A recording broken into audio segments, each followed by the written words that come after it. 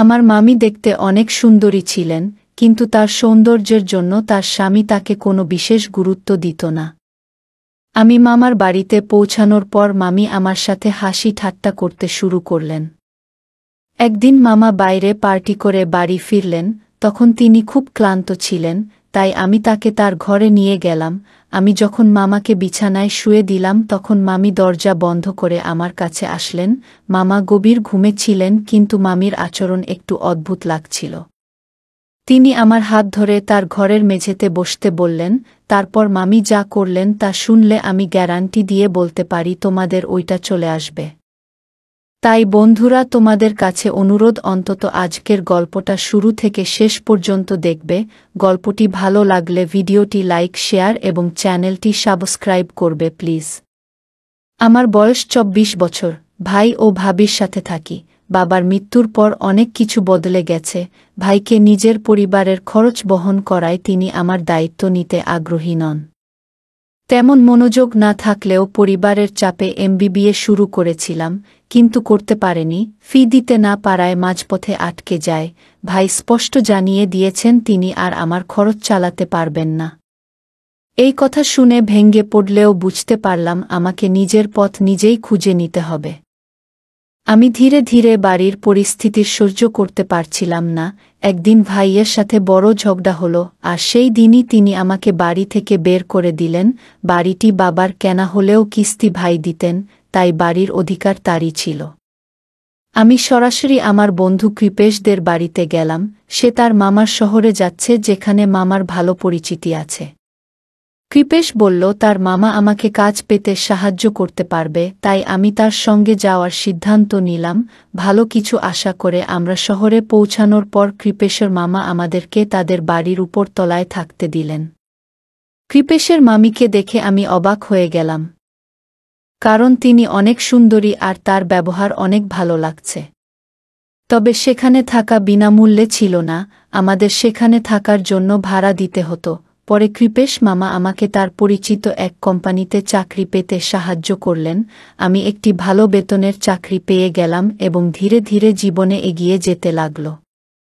এখন আমি বুঝতে পারছিলাম যে জীবনে নিজে কিছু করার প্রয়োজন কতটা জরুরি। জীবনে বাধা আসে, কিন্তু সেই বাধাগুলি আমাদের এগিয়ে নিয়ে যেতে শেখায়। এরই মধ্যে কৃপেশের মামির ব্যবহার কিছুটা আমাকে অস্বস্তিতে ফেলত, কারণ আমাকে দেখলেই তিনি আমার দিকে চেয়ে থাকতেন। মনে হতো তিনি আমাকে কিছু বলতে চান। আমিও মনে মনে মামির সাথে কথা বলতে চাইতাম, কিন্তু সেভাবে সুযোগটা পাইনি। নতুন চাকরির কারণে আমি অনেক ব্যস্ত হয়ে পড়েছিলাম। কৃপেশ এবং আমি রুমমেট হিসেবে একসঙ্গে থাকতে শুরু করেছিলাম। কিন্তু কিছুদিন পর কৃপেশ তার প্রেমিকার সঙ্গে থাকার জন্য চলে গেল। আমি মামার বাড়িতে একমাত্র ভাড়াটিয়া হিসেবে থাকতে শুরু করলাম। গত 1 মাসে আমার ভাই ভাবির থেকে কোনো ফোন আসেনি। আমি তাদের ছাড়া বাঁচতে শিখে গিয়েছিলাম এবং ধীরে ধীরে আমার আর্থিক অবস্থার উন্নতির হচ্ছিল।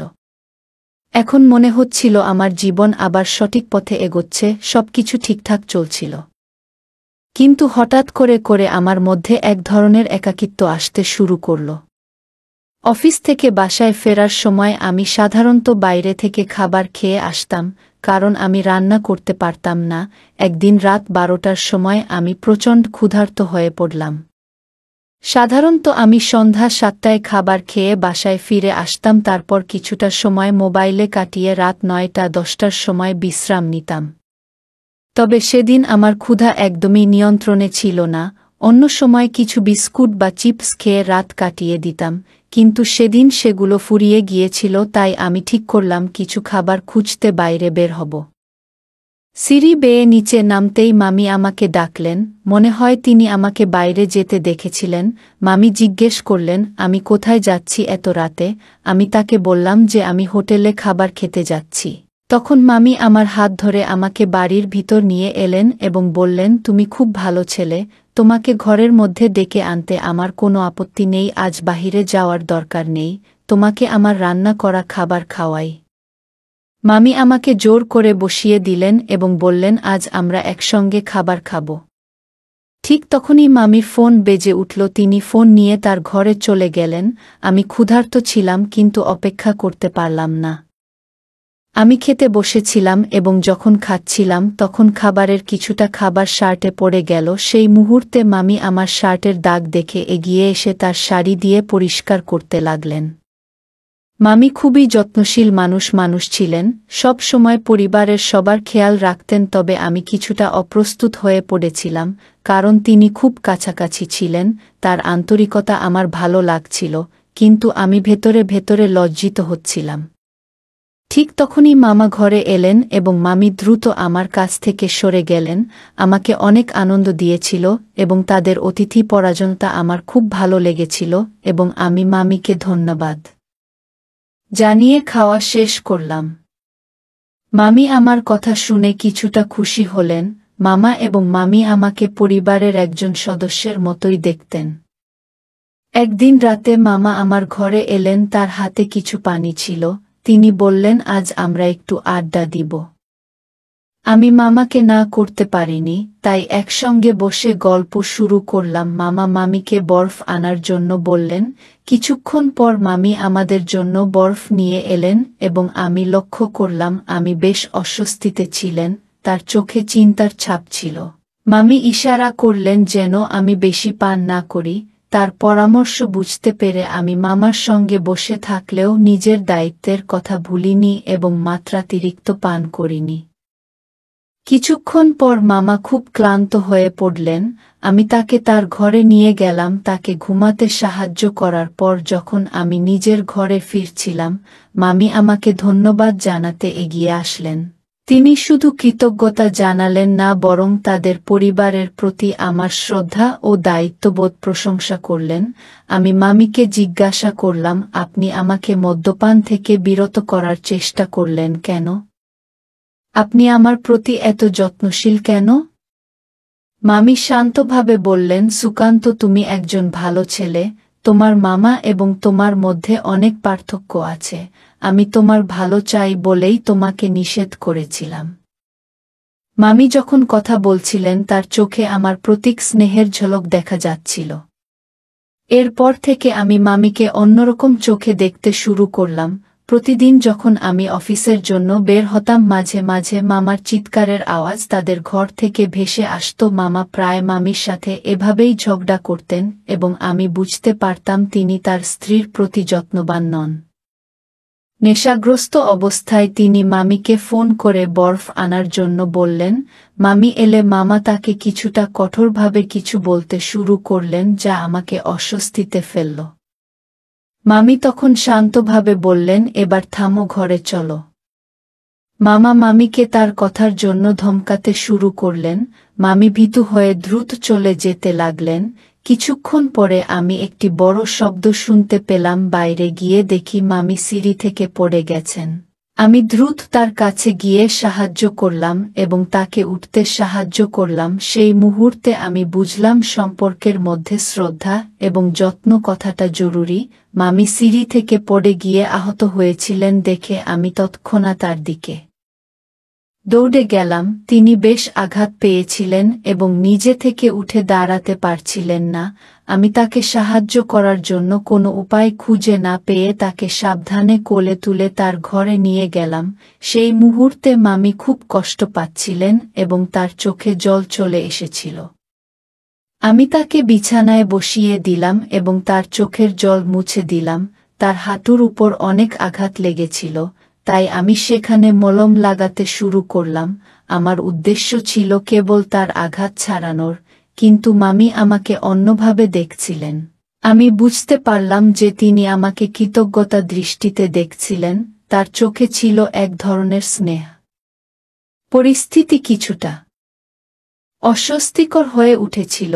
অন্য কিছু বিষয়ে কথা বলতে শুরু করলাম যেন পরিবেশ স্বাভাবিক থাকে।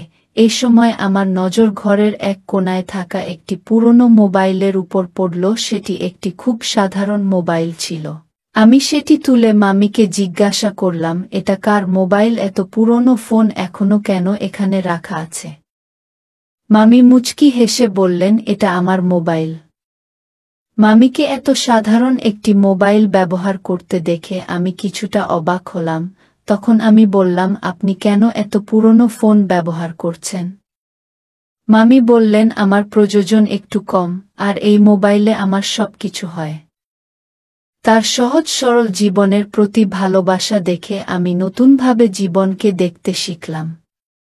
মামার ইনকাম ভালোই, তবু তার জীবন যাপন বেশ সাধারণ কেন, এটা নিয়ে আমি ভাবছিলাম।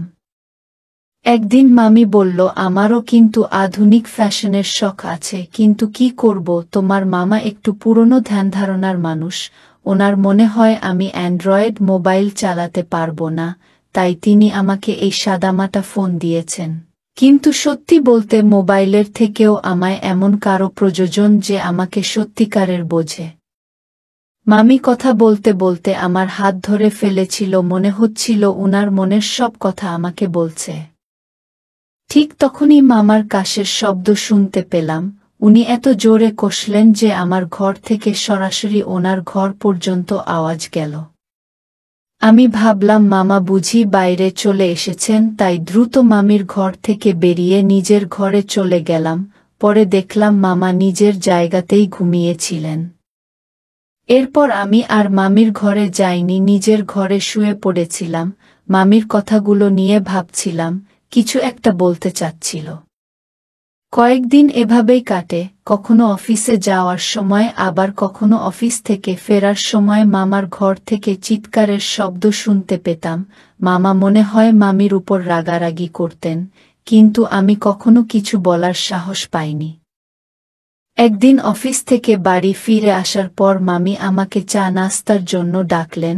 আমি বললাম আমি একটু ফ্রেশ হয়ে আসছি। আমি আমার ঘরে গিয়ে একটু ফ্রেশ হয়ে নিলাম, তারপর মামির ঘরের চা নাস্তার জন্য চলে গেলাম। সেদিন মামি বেশ খুশি মেজাজে ছিলেন। আমি জিজ্ঞাসা করলাম, মামা কোথায়, আজ তাকে দেখছি না।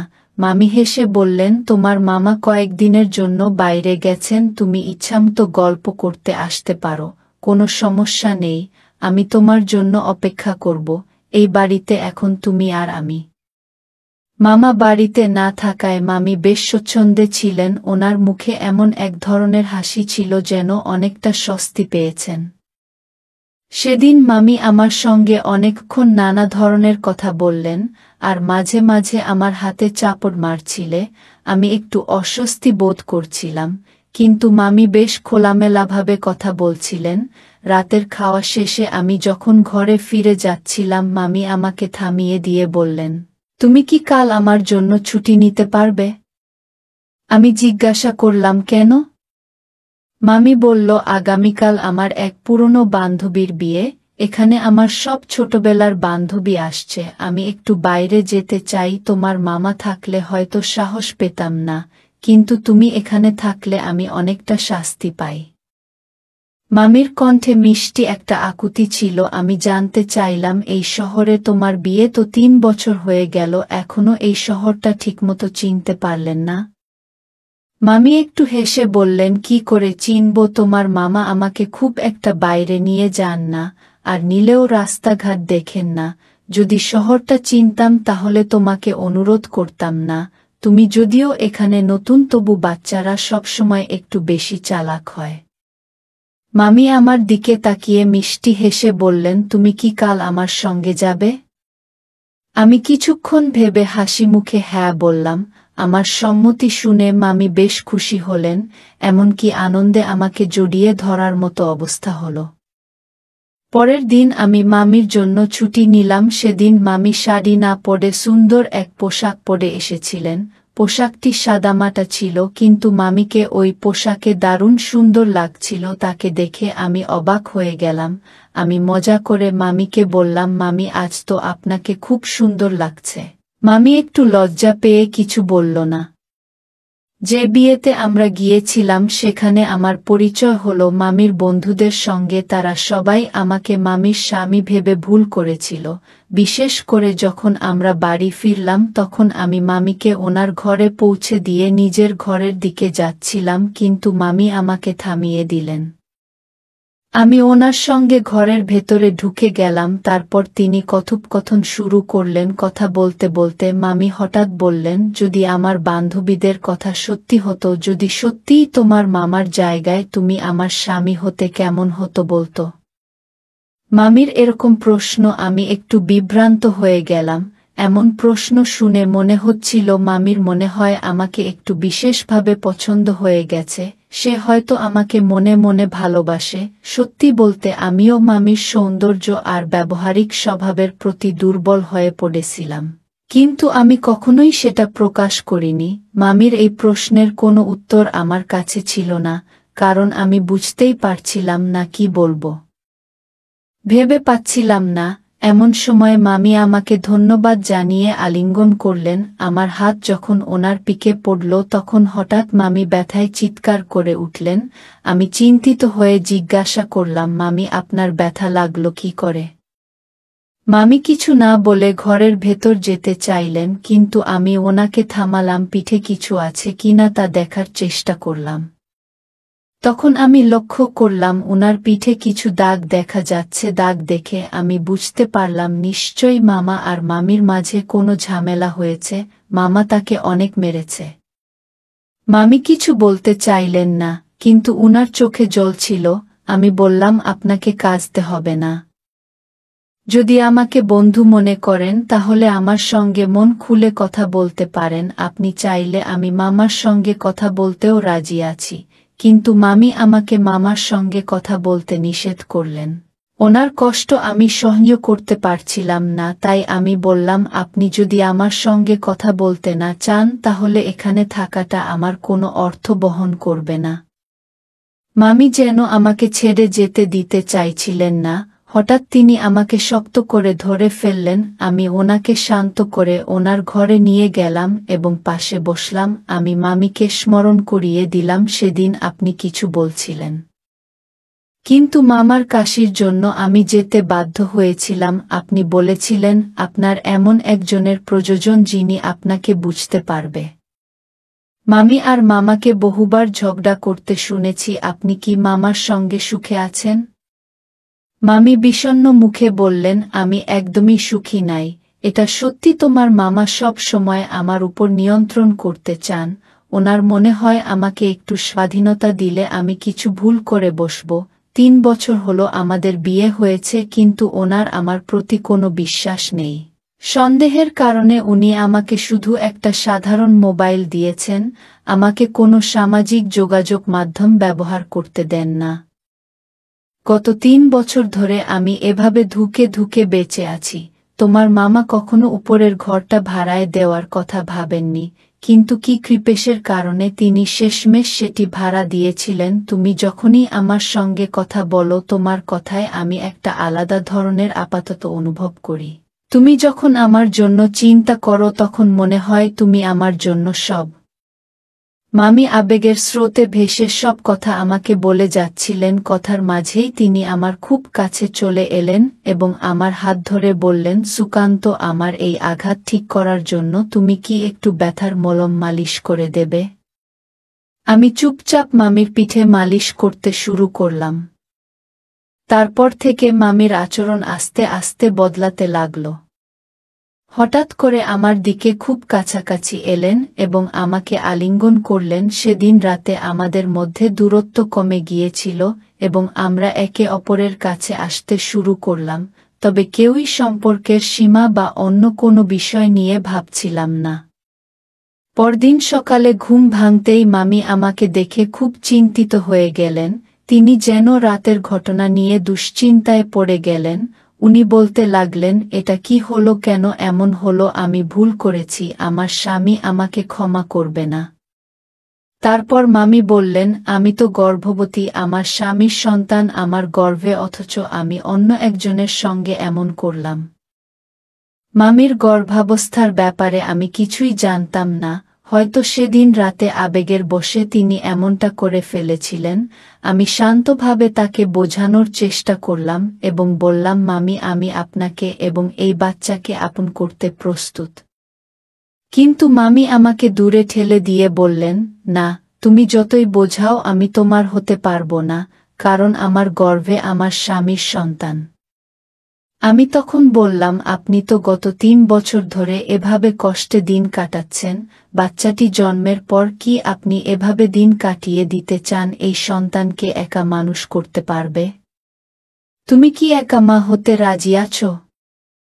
আমার কথা শুনে মামি বিস্মিত হয়ে আমার দিকে তাকালেন, তারপর বললেন, তুমি এমন কেন বলছো? আমার স্বামী তো কয়েকদিনের মধ্যেই বাড়ি ফিরবেন, এটা শুনে খুব খুশি হবেন।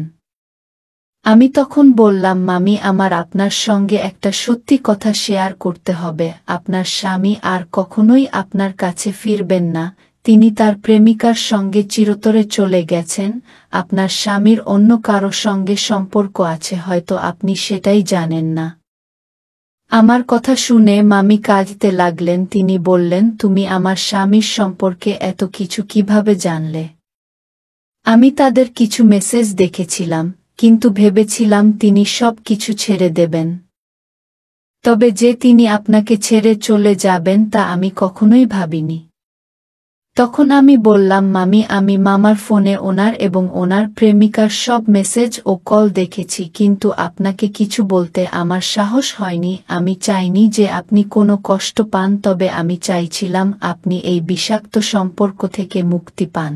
তাই কিছু বলিনি। আপনি যে লোকটির সঙ্গে এত বছর ধরে আছেন তিনি আপনার যোগ্য নন। তিনি আপনাকে শুধু প্রয়োজন মতো ব্যবহার করেছে। যখনই তার ইচ্ছা হয় তখনই আপনার কাছে আসেন, আর বাকি সময় আপনাকে শুধু কাজের লোকের মতো ব্যবহার করেন। এই কথা শুনে মামি আমার কাছে এসে কাঁদতে লাগলেন।